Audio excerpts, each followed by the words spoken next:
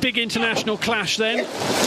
America against Australia. Harvard University of USA on the Berkshire station, and Melbourne University of Australia on the Buck station. It's a big matchup, this one. In the next round, they'll also meet that amazing Oxford University crew that we saw earlier in the day that were looking very strong. But this is a great start here for both crews, looking very level. Yeah, punchy start from Melbourne University, who have got the early lead. They have just put their noses out in front there, haven't they?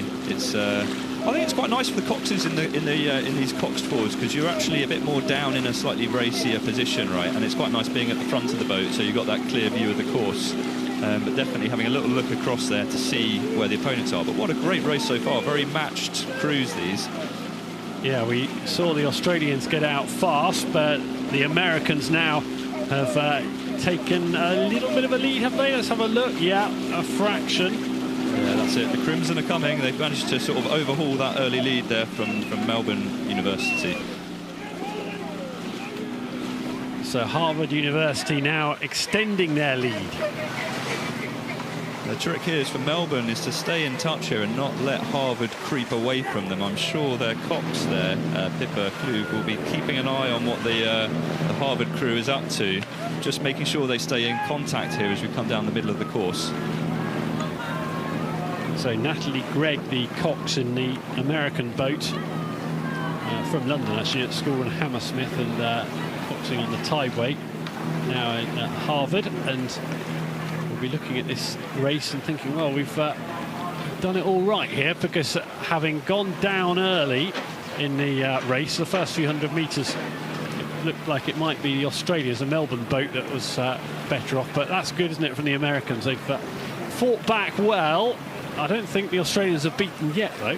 No, I think you're right. Yeah, I think they're starting to wind it up a bit, aren't they? And they're looking like they're closing down some of that distance, inch by inch. I was looking at the blade work there from the aerial shot, and it did look like the Harvard puddles, the little kind of, you know, the water splash and the little puddles left from the oars.